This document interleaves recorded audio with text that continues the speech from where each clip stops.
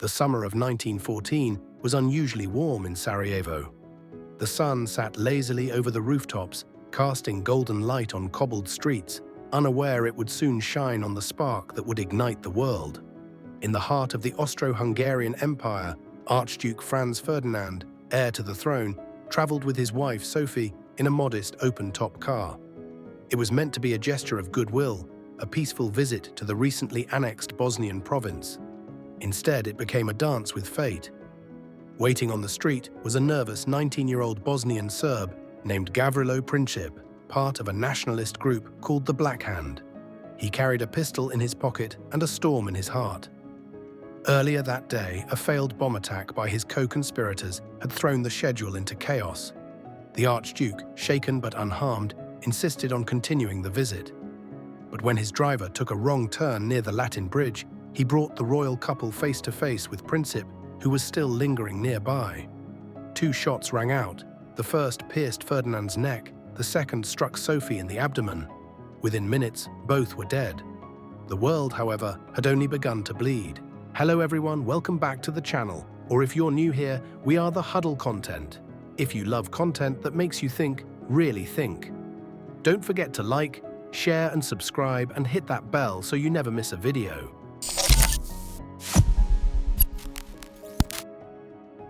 News of the assassination echoed through the halls of Vienna, Berlin, Paris, and London.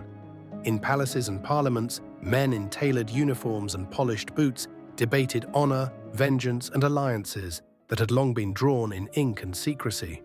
Austria-Hungary, with Germany's assurance of support, the so-called blank check, delivered a deliberately harsh ultimatum to Serbia. Serbia, backed by Russia, accepted most demands, but rejected one that infringed on its sovereignty. Austria declared war on Serbia on July 28, 1914. Like falling dominoes, alliances snapped into action. Russia mobilized to protect Serbia. Germany, threatened by Russia's movements, declared war on Russia on August 1st. France, bound by treaty, joined Russia. Germany, hoping to avoid a two-front war, enacted the Schlieffen Plan, invading neutral Belgium to quickly defeat France. Britain, outraged by the violation of Belgian neutrality, entered the war. Within weeks, what began as a Balkan crisis had erupted into a global inferno. The great powers of Europe were now at war. In Paris, young men cheered and waved their caps as they boarded trains, convinced they'd be home by Christmas. In Berlin, crowds sang patriotic songs. In London, thousands of volunteers stood in long lines, ready to fight for king and country. War to them still smelled of glory, but on the muddy roads leading to the Western Front, optimism began to rot. Soldiers marched for days, burdened by packs, uniforms, and fear. Horses pulled heavy artillery through fields that would soon be unrecognizable. The clash came first in Belgium, where German troops overwhelmed outnumbered Belgian forces and stormed toward France. French soldiers, in bright red trousers and blue coats, launched attacks with bayonets and courage. The Germans, in field grey uniforms, countered with machine guns and artillery. The Battle of the Frontiers was a massacre. Then came the pivotal First Battle of the Marne in early September 1914. French and British forces, in a desperate stand, halted the German advance just miles from Paris. Taxicabs from the city ferried troops to the front, a strange sight in a brutal war. The Germans retreated, and both sides began digging. Neither knew it, but they were beginning a new kind of war, one not of gallant charges and swift victories, but of trenches, mud, and death. By the end of 1914, from the North Sea to the Swiss border, two great armies faced each other in a line of trenches over 400 miles long. Each side hunkered down in holes cut into the earth, separated by a deadly expanse known as no man's land. Life in the trenches was a waking nightmare. Rain turned them into cesspools. Rats thrived. Shell fire never ceased. The mud could swallow men whole. Letters from home were clutched like talismans. Gas masks became as vital as rifles. Yet even amid this misery, there were moments of strange humanity. On Christmas Eve 1914, soldiers along sections of the front laid down their weapons. They sang carols, some played soccer in the mud. They buried their dead together. It was a fleeting pause in a relentless storm. By early 1915, the Western Front had settled into a stalemate, with each side trapped in trenches, clawing at inches of land with every offensive. The generals, born of a different era, still believed that sheer will and manpower could break the deadlock. They were wrong.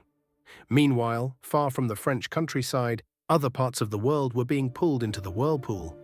What had begun as a European conflict had grown into a global war.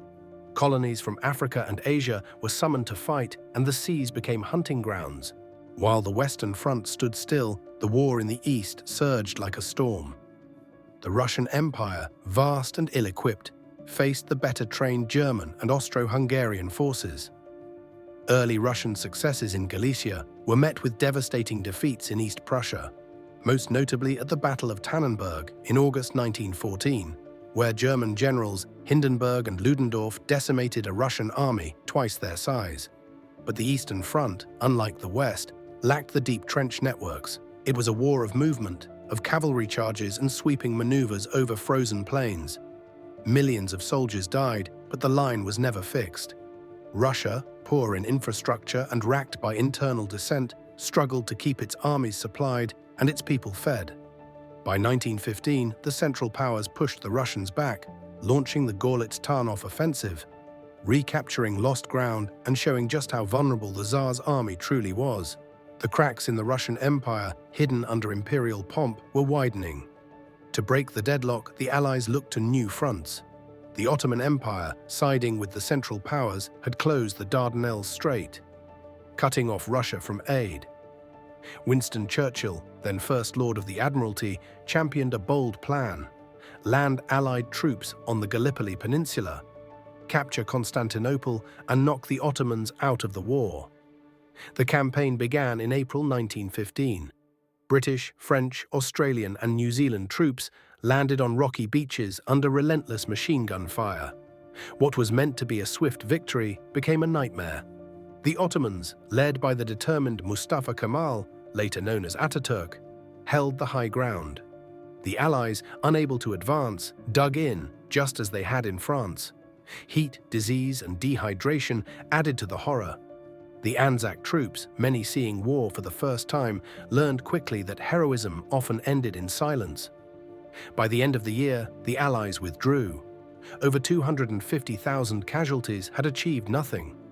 Gallipoli was a bitter defeat, and a defining moment in the national identities of Australia and New Zealand. On the seas, the Royal Navy dominated, bottling up the German fleet in its ports. But Germany had another weapon: the U-boat. Submarines prowled the Atlantic, torpedoing merchant ships supplying Britain. In 1915, one such attack changed the course of the war. The RMS Lusitania, a British ocean liner, was struck and sunk by a German U-boat off the coast of Ireland. Nearly 1,200 people drowned, including 128 Americans. Outrage rippled across the United States. Though President Woodrow Wilson resisted calls for war, the seeds of American involvement were planted. Germany promised to restrict submarine warfare, but their hunger to break the British blockade would later overrule that promise. Back in Europe, the nature of warfare continued to evolve and darken. At Ypres in April 1915, German troops released clouds of chlorine gas, a weapon never before seen in modern combat. The greenish fog drifted across no man's land and choked thousands of French and Algerian soldiers to death. It was a moment of horror that marked a turning point. Gas, whether chlorine, phosgene, or the more deadly mustard gas, became a regular part of the war. Soldiers received gas masks, but they were crude, and protection was never guaranteed. The air itself had become a weapon. Even those who survived often did so with blistered lungs and blindness. The war no longer spared the body or the soul. In May 1915, Italy, once part of the Triple Alliance with Germany and Austria-Hungary, joined the Allies. Tempted by promises of territory, the Italian government turned on its former partners and declared war on Austria-Hungary. The Italian front, stretching along the Isonzo River and the mountainous Alps, brought yet another brutal theater to the conflict. Soldiers climbed icy slopes and fought in narrow passes where avalanches could be as deadly as bullets. The fighting was fierce but gained little ground.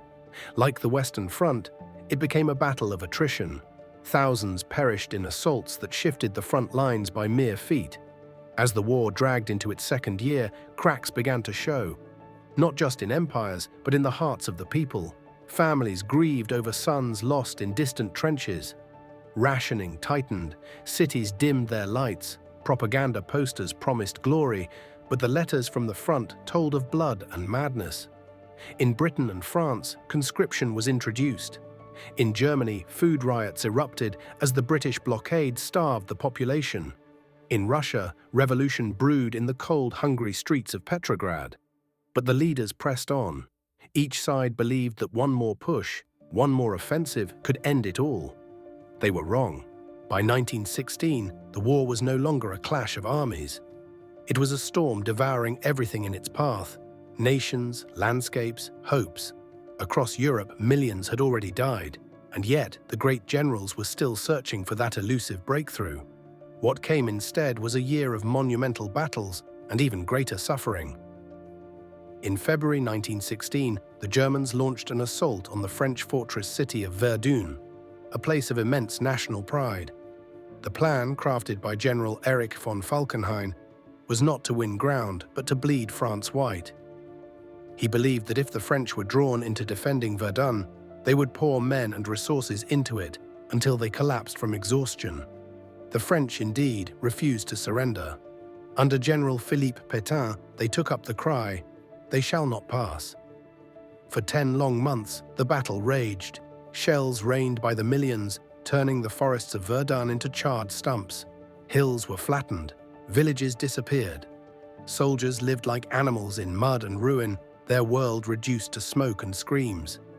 Men rotated in and out a single supply road, kept open at all costs. However, was staggering. Over 700,000 casualties for both sides.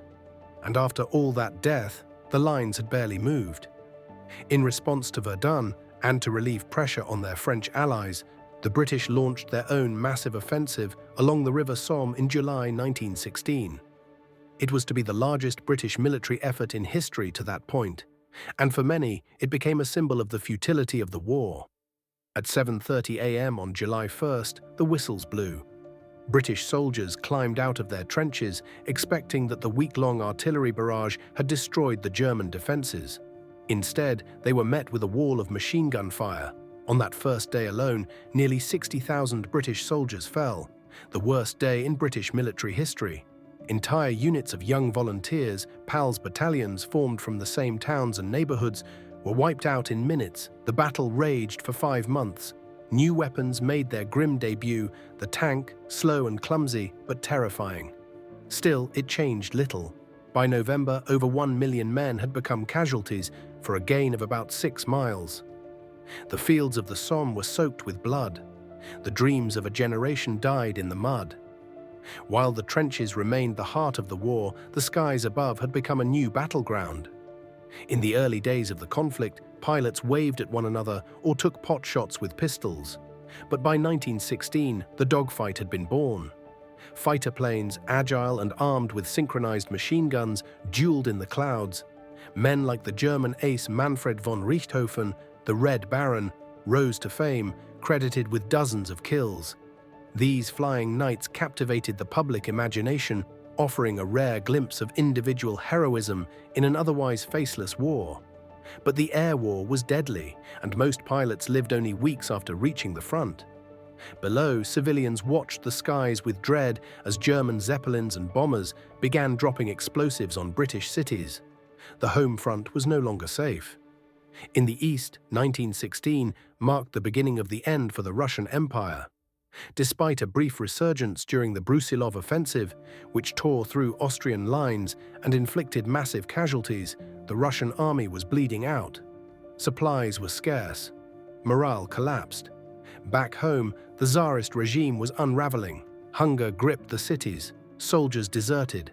Strikes and protests grew louder, and by early 1917, revolution would sweep through the streets of Petrograd.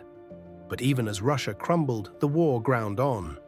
Across the Atlantic, the United States still watched from afar. President Woodrow Wilson had won re-election in 1916 under the slogan, "He kept us out of war." Most Americans saw the carnage in Europe as a distant nightmare. Yet cracks were forming. The sinking of the Lusitania in 1915 had outraged many. German U-boats continued to target ships, often indiscriminately. American trade with the Allies made strict neutrality impossible. And then came a secret message, the Zimmermann telegram, intercepted by the British and handed to the Americans. In it, Germany promised Mexico the return of Texas, Arizona, and New Mexico if it joined the war against the US. The mood began to shift. War no longer seemed like someone else's problem. As Europe bled, its colonies and borderlands burned with it.